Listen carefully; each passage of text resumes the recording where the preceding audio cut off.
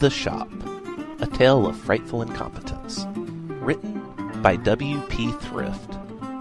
Read by Lantis Armstrong on Twitter. Chapter 7.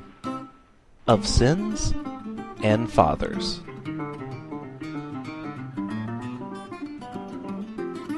If anyone driving through the forests on the outskirts of Cattailville thought that they were any safer than someone on foot, they were a damned fool. Any monster not faster than a car was probably too weak to bother humans anyway, and a thin hunk of metal was not going to protect anyone from the horns and teeth of the true monstrosities out there. But Bowman was ready for any obstacles. Were something to attack, he'd blow his car horn at it immediately, and that was sure to let it know that he was quite cross at it trying to murder him. Car obtained? Check. Backroom taken care of? Check. And now it's just a short drive over to Bowman's house to get his PC, Radix declared. And then to your place for food, right? Lantis asked. Radix cringed. Damn it, I was hoping everyone would have forgotten about that, he thought. Well, Radix began, we'll have to wait till after dark. I mean, at least until after my dad goes to sleep, which is like around 6 p.m. But, the later the better. We really don't want to risk him catching us. So, what's so bad about your dad? Lantis was just curious. He's a hellfire and brimstone preacher that took the practice just a little too far, Radix explained. A couple years back, he took to renaming himself Jesus and crucifying any members of his congregation he felt lived in sin.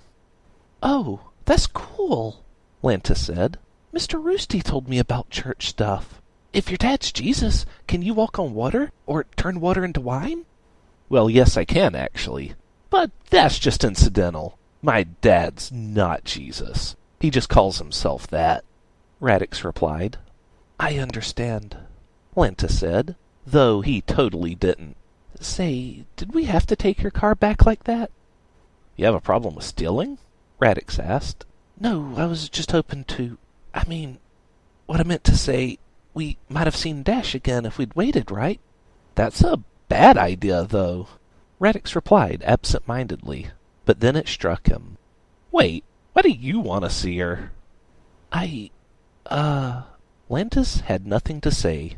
He wasn't clear on the reason himself. She doesn't even like you. She said as much a second after you met her, Radix pointed out. Well, just because someone doesn't like me, it doesn't mean we can't be friends, right? No, it definitely means you can't be friends. Lantis wasn't convinced of this, but he decided to let the subject drop. Instead, he took to looking out the back window at the sky. The white, fluffy clouds overhead turned dark black, one after the other, as though a storm were following swiftly behind them. It was just the same old shadowy creature that was always following him, though. Nothing to worry about. Much. The trees thickened as they approached the heart of the forest and blotted out the clouds.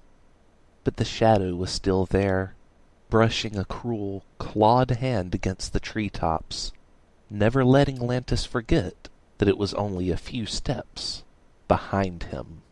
After they arrived in the trailer park in a clearing in the forest, Radix found himself suffering a slight heart attack as Bowman drove straight through all of his neighbors' yards, prompting them to hop off their rocking chairs and start blasting at him with their shotguns. To make matters worse, the dent in the front of Bowman's car hadn't been knocked out yet, so it started trapping and sucking in fence posts and small trees like an inverted cattle catcher on a train. When they pulled up at Bowman's trailer, Radix went ahead and jumped out to fear vomit while Bowman honked his horn to try and get all the dogs to get up and move out of his way so he could pull up into the yard and park. Inside, Radix knew to step lively over the cans before the lurker below attacked him, and he grabbed Lantis to drag him along too, as he was unaccustomed to what it took to survive in here. Sasquatch was still lying on the couch, getting madder and madder as the VHS porno had increasingly terrible quality every time he rewound it to watch it again. I thought I done told you to bring me back some titty magazines so I didn't have to deal with this shit, Sasquatch yelled. Well, I'm sick of you being in here masturbating so loud when I'm in my room trying to masturbate myself, Bowman yelled back at his dad. Do I want to be in here? Lantis asked Radix. You get used to these things. Give it time, Radix assured him. Oh, tentacle! Step lively! Lantis didn't see the thing, but he felt it brush against his bare foot. He quickly moved the rest of the way off the cans into the clearing.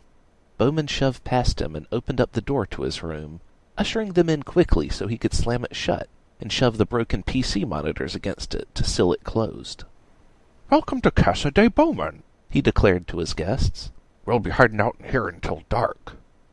Lantis laid down on Bowman's sunken-in mattress and immediately fell asleep. He hadn't had such a comfortable sleeping arrangement in a very long time, and his body overruled any arguments his brain might have made about staying awake any longer. Radix sat down on the edge of the bed and pulled his shirt up over his nose in a vain attempt to block out some small amount of nicotine in the air from reaching his lungs.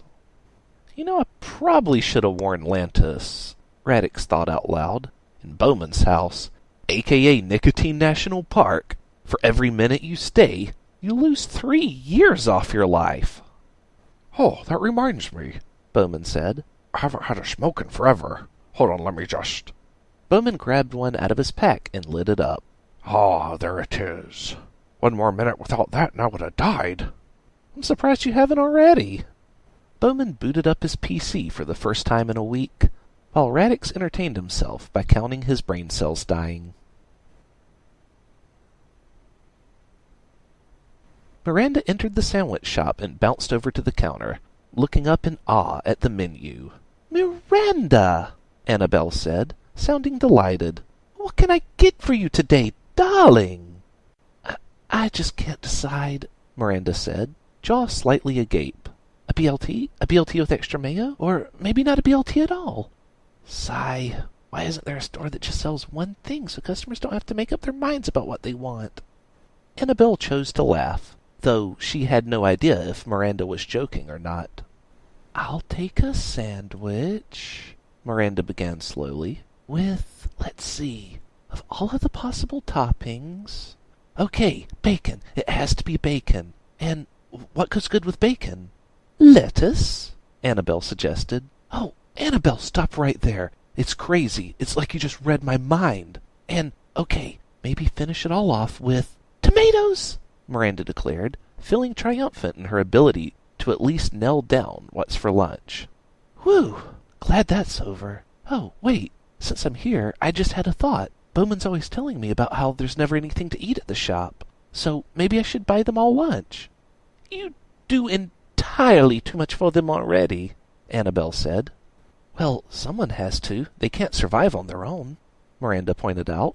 "Oh, how selfish of me. Are you hungry? I could buy you lunch, too." Annabelle genuinely laughed at that. "Dear, selfish is the last word I'd ever use to describe you. Oh, but no thanks. I'd never lower myself to eat at such a rustic shop as this." No offense." "None taken," Miranda assured her. "So what do you think the computer repair shop boys will want?" Miranda nearly sunk into the floor. "You expect me to be able to figure out 3 more orders?" Annabelle knew that would be a terrible mistake. "I'll just surprise you. How does that sound?" "Perfect! I love surprises," Miranda agreed. She tapped her toes out of an abundance of energy while Annabelle prepared the sandwiches. This moment of silence was killing her, so she asked, "So, how are your parents doing?" "They're as uncultured as ever," Annabelle muttered, not wanting to think about it. She handed the 4 sandwiches to Miranda, boxed up inside of a plastic bag. They said their goodbyes, and Miranda quickly left the store and ran over to the shop, excited to see Bowman today. However, the shop was locked up tight. The sign was turned over to closed. "Huh?" Miranda said out loud in surprise. "Hey, guys?" She banged on the door. There was no answer. "What are you guys doing closed up in the middle of the day on a weekday?" Still no answer. She then noticed a most peculiar sight. The curtain separating the second back room was now gone, and in its place was a bunch of boards that had been nailed up to completely seal it off. This was a mystery she would have to ponder on her way back to her bread shop. Lantis awoke many hours later, his back killing him from the oddly shaped mattress. Bowman noticed him waking up and turned to offer him a plate full of meat that he had been snacking on. Lantis reached for it, but saw Radix's concerned expression. He accepted a small piece anyway, and tried to chew on it, spitting it back out quickly. "It's rotten," Lantis said. "Yeah, you should probably never eat the mystery meat at Bowman's house," Radix said. "It's good, though," Bowman insisted. "Ma's just being lazy and won't go get groceries anymore. But Dad said right after she stopped going shopping he found a big hunk of meat in the house, and he sawed off a bunch of it to store in the fridge. He and Dylan's been living off it ever since." "Lucky thing he found it when he did," Lantis agreed. Radix, not wanting to think too much about this, spoke up. "So, the sun's about down. Maybe we should start making tracks over to my dad's? He'll be long asleep by the time we get there." Bowman shut down his PC and unplugged everything, then lugged it all out in one giant mass of components and wires. He shoved it into the back seat of his car, and Lantis would just have to figure out a way to fit back there, along with all the other trash filling up the back. Far too soon for Radix's taste, they were pulling up the gravel driveway at his dad's house, on the opposite far end of Cattailville. It seemed like any typical picket-fenced suburban home. Nothing eerie about it at all. "Okay, listen," Radix said before getting out of the car. "I cannot stress this enough. Both of you have to be dead quiet inside of the house. We do not, under any circumstances, want my dad to wake up. He will murder us all. Am I clear on this? So do not make a peep. No smoking inside, or even remotely close to the house either. Okay? So you'll both just have to hold out until we're long gone down the road." "I farted," Bowman said. "None of that shit either," Radix warned. "Okay, deep breaths." "Do I have to?" Lantis asked. "That's just me coaching myself," Radix replied. "Okay, let's do this. Quietly." It was the first time sneaking around a place like this for Lantis, though it wouldn't be, by far, his last time. He was surprisingly good at it, moving his body quickly and deliberately, in such a manner so as not to disturb even the air around him. His breathing seemed to control itself, becoming very light, and never inhaling as his foot touched the ground. Even the shadow, that was always following him, seemed to lose track of where he had gone for a moment, as he became one with the darkness itself. If only he didn't reek of smoke, it was his only giveaway. Bowman, on the other hand, took one step inside the house and knocked over a stool with a lamp on it. Radix's ninja-like reflexes let him flip over Bowman and land on the other side of the lamp in time to catch it, and he gave Bowman an angry glare while putting it back in place with minimal noise. Radix's abilities, unlike Lantis's, were far from natural talent. He had been quite clumsy growing up, and had worked his ass off to build up the skills he had today. Not that he could utilize even half of them right now, as he was too hungry to think straight, along with being deprived of a good night's sleep for a while now, clouding his mind and disorienting him further. But when he was at his best, it was a marvel to behold. It wasn't anything he had taken up as a hobby. It was required just to survive living with his dad for all those years. The lock on the door had been changed, so Radix's key no longer worked. Fortunately, his dad was a creature of habit, and Radix found a new key beneath a nearby potted plant. The living room was a horror show of shelves lined with porcelain dolls, their dead eyes following the trio every step they took through the house. Plastic covered the furniture in the living room they were walking through, and the plastic buzzed a bit from the AC blowing against it. Of everything to be unnerved by, Lantis found the AC to be the most distressing. He had never encountered it before, and was now worried it had become winter the moment they stepped into the house. The sound of Jesus snoring from his bedroom caused the trio to freeze for a moment, and so close to the kitchen. Radix kept going, and the rest of them figured it was safe. Jesus' room was right next to the kitchen, and they'd be passing by his door on the way to the fridge. Lantis saw the kitchen sink and shuddered momentarily, though he wasn't sure why. It was completely spotless, unlike the shop's kitchen sink. However, there were an alarmingly large number of knives next to it. He considered grabbing one, just in case, but decided to leave it be. Radix opened the fridge a crack, and then had to close it quickly as Bowman dived for the food inside of it. He pushed Bowman back and hissed under his breath, "We'll eat later! Stand down, man!" "But I'm hungry," Bowman said. Regular voice. "Be quiet!" Radix hissed. He opened the fridge again, and Bowman exercised as much restraint as possible.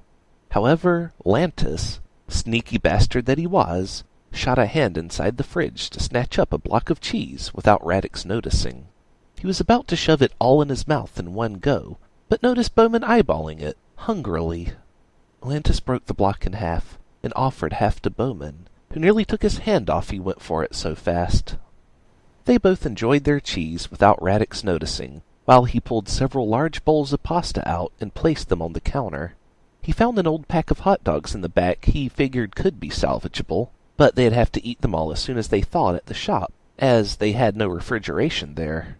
Come to think of it, they only had until all of this stuff spoiled to finish it all, but he was so hungry he didn't care. He felt like he could finish everything tonight by himself with a little dedication. He started handing containers of food to Bowman and Lantis, quietly warning them not to try and eat anything yet. They had all already made way too much noise. Radix carried one large bowl of sliced vegetables, pickles, tomatoes, and various leafy greens. He at least knew that Bowman wouldn't touch that, though he had yet to assess what types of food Lantis liked. He hadn't seen Lantis eat nearly enough since they had met. Radix did know that he liked cigarettes, however. While sneaking out of the kitchen, he couldn't help but peek into his dad's room. For a heart-stopping moment, he feared seeing his dad's eyes staring back at him. But as the darkness in the room came into focus, he could tell his dad was lying in bed, still fast asleep. Radix abruptly froze, and Bowman ran into him, followed by Lantis running into Bowman. Radix didn't even acknowledge this, beyond steadying himself, as his eyes had locked onto something in his dad's room. At the foot of the bed was a small table, and on it were two red plastic folders. They were labeled across the ends. One read Sophia, and the other read Chisato. "Sophia and Chisato! My sisters!" Radix thought. They had both been sent away so long ago, and he had no idea where, beyond it being separate boarding schools. They were both younger than him, so they'd still be attending high school now. Chisato just finishing her junior year, and Sophia finishing her freshman year. His dad had always been so careful to hide any information about them from Radix, and maybe now that Radix was gone from under his roof, he had gotten careless and left information about them just lying about, out in the open. Within those folders could possibly be the details of where they are. An address, a phone number. Even better, it could contain pictures of them, letters they've sent, saying how they're doing. Couldn't be. They don't know his current address, Radix thought. Well, wait. They might have a P.O. box they could send letters to, someplace far away. One of Dad's business associates might forward it to him. That's possible, right? Radix had no idea he could be so brave, but he took a decisive step towards his dad's room. "That's the wrong way," Lantis whispered, as though Radix had just gotten lost in his own house. "Wait here, I gotta check something," Radix told them both, steadily inching towards his dad's room. Once he had entered his dad's room, every step was forced. Fear swelled in his gut and sent icy daggers charging through his veins.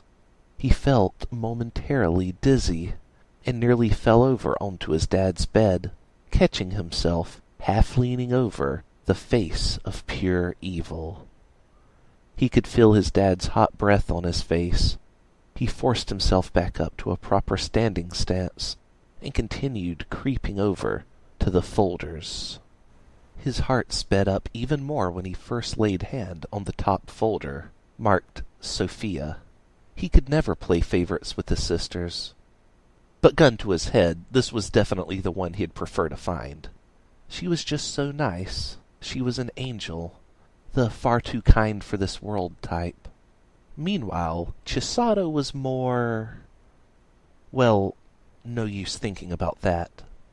Radix opened the folder with Sophia's name labeled on it, and inside was... nothing. Just 3 empty binders. He quickly opened the one beneath it, and an alarm immediately went off.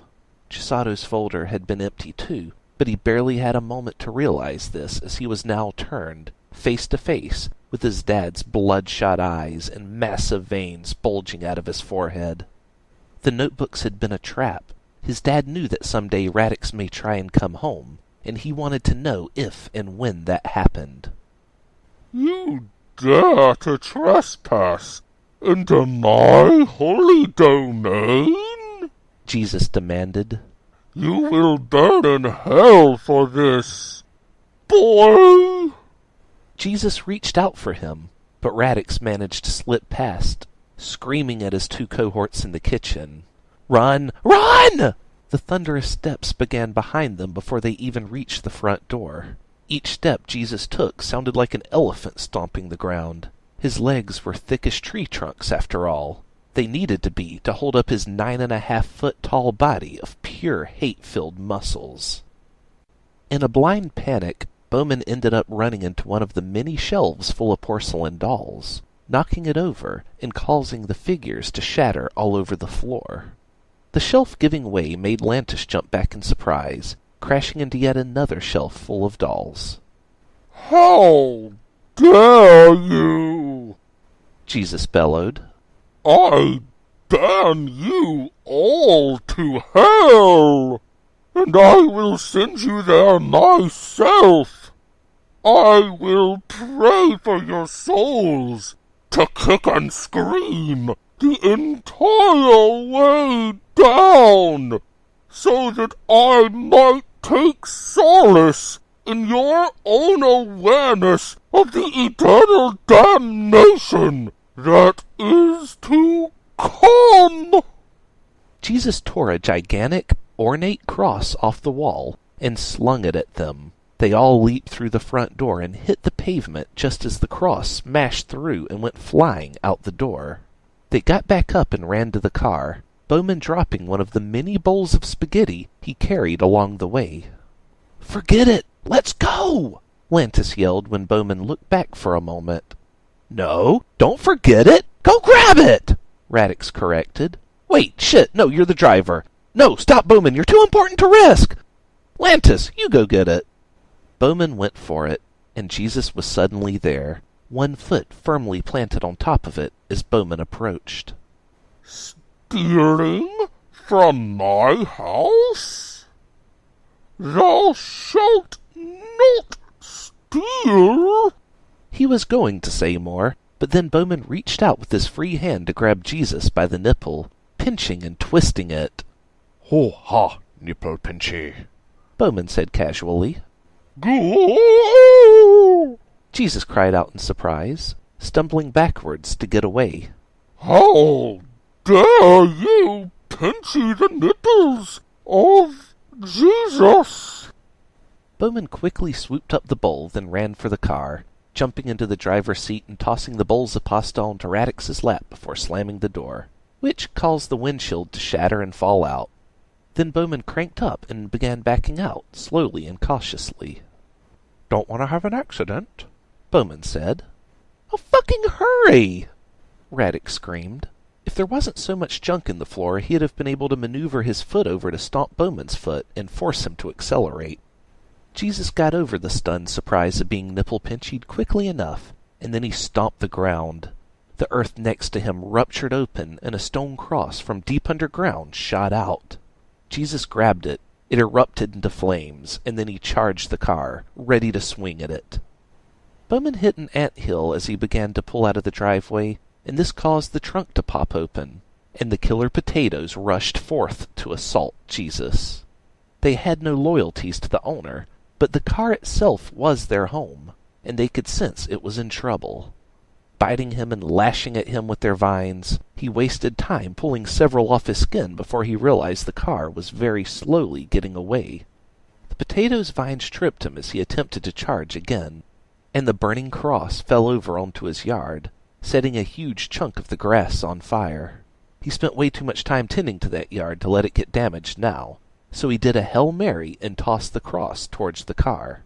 Raddick saw it coming and grabbed the steering wheel to swerve out of the way before they were hit. Jesus stomped out the grass, cursing about all the hours he had spent mowing and watering it, only for this to happen. Then he recalled the giant hole he had also left in his yard from summoning up the stone cross, and got even madder. If you ever return here again, you will burn for your sins, Jesus screamed, his eyes bulging out of his head from anger, grabbing another biting potato off his skin and crushing it into mashed potatoes in one hand. That concludes Chapter 7 of The Shop. Tune in every Tuesday for new chapters. If you'd like to reach me, you can do so at Lantis Armstrong on Twitter. That's LANTISARMSTRONG. And if you'd like to reach the author, you can send me your message, and I assure you he'll receive it, because we're the same person. Thank you for tuning in, and we hope you'll join us again for next week's chapter, The Shadow That Followed Him.